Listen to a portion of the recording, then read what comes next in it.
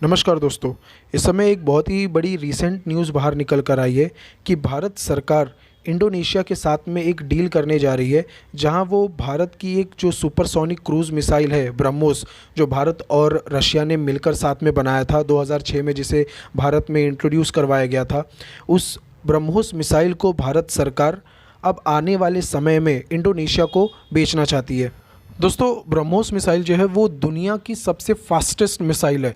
इसकी जो target range है वो तकरीबन 500 किलोमीटर है और आने वाले समय में 2020 तक भारत सरकार इसकी स्पीड बढ़ाकर कुल 600 किलोमीटर तक कर देगी। ब्रह्मोस मिसाइल की दोस्तों स्पेशलिटी ये है कि ये सॉलिड फ्यूल और लिक्विड फ्यूल से भी चलता है। सॉलिड फ्यूल यानी कि वो फ्यूल जिसका इस्तेमाल भारत सरकार GSLV रॉकेट में करती है स्पेस सैटेलाइट लॉन्च करने के लिए। पिछले कई सालों से दोस्तों भारत सरकार ये कोशिश कर रही है कि वो ब्रह्मोस मिसाइल को, जो चाइना के पड़ोसी मुल्क है जैसे कि वियतनाम हो गया और फिर फिलीपींस हो गया, इनको कई सालों से ये उनको बेचने की कोशिश कर रही है। वियतनाम और फिलीपींस ये वही मुल्क है जो चाइना के पड़ोसी देश हैं और इनका चाइना से बिल्कुल नहीं बनता है। जिस तरीके से आज हमारी प्रेजेंट रिलेशन पाकिस्तान से है, सेम वही रिलेशन चाइना अपने पड़ोसी मुल्कों से शेयर करता है। तो कहीं ना कहीं चाइना को जो है हम हिमालय से, गालवान से ही नहीं बल्कि साउथ चाइना सी से भी हम उनको घेर सकते हैं। साउथ चाइना सी में दोस्तों जो चाइना है वो खुलकर दादागिरी करता है और वो इलीगली क्लेम भी करता है कि जो पूरी साउथ चाइना सी है वो उसकी है, यानी कि वो वहाँ पर किसी भी दूसरी कंट्रीज़ की शिप्स को आने जाने के लिए नहीं देता है। तो वहाँ पे वो पूरी तरीके से अपनी आर्मीज़ को डिप्लॉय कर दिया, अपनी नेवी को वहाँ पे डिप्लॉय करके रखा है। इस तरीके की जो दादागिरी है वो उनकी वहाँ पर चलती रहती है।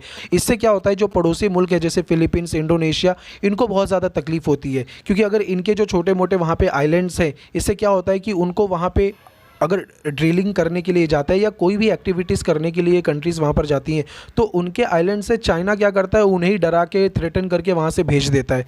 तो अगर भारत सरकार अपनी एक्ट ईस्ट पॉलिसी के तहत इन देशों को, यानी कि साउथ ईस्ट एशियन कंट्रीज़ जैसे कि ये इंडोनेशिया हो गई, फिलीपींस, वियतनाम, इन सभी को अगर ब्रह्मोस जैसी मिसाइलें दे दे तो ये ब्रह्मोस मिसाइल वहाँ पे डिप्लॉय कर सकते हैं और उससे चाइना को एक तरीके से साउथ चाइना सी में वो खुद निपट सकते हैं।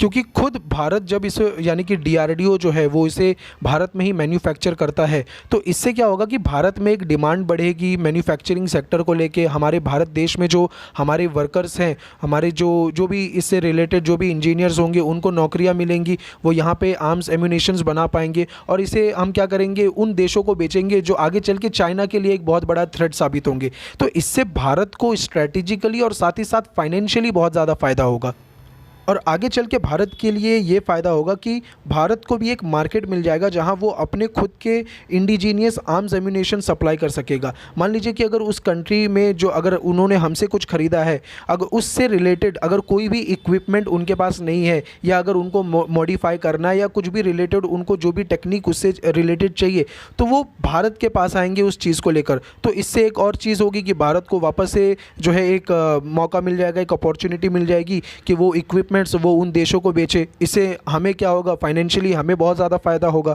तो जिस तरीके से आज हम, यानी कि भारत जो है वो अमेरिका के लिए, रशिया के लिए, फ्रांस जैसी कंट्रीज़ के लिए आज एक बहुत बड़ा मार्केट बन चुका है वेपन्स बेचने के लिए, तो उसी तरीके से ये जो छोटी मोटी साउथ ईस्ट एशियन कंट्रीज़ है, ये आगे चल के भारत के लिए एक बहुत बड़ा मार्केट बन जाएंगे, जहां भारत अपनी इंडिजीनियस मिसाइल्स और जो रिलेटेड जो भी वेपन्स होते हैं वो इनको बेच सकेगा।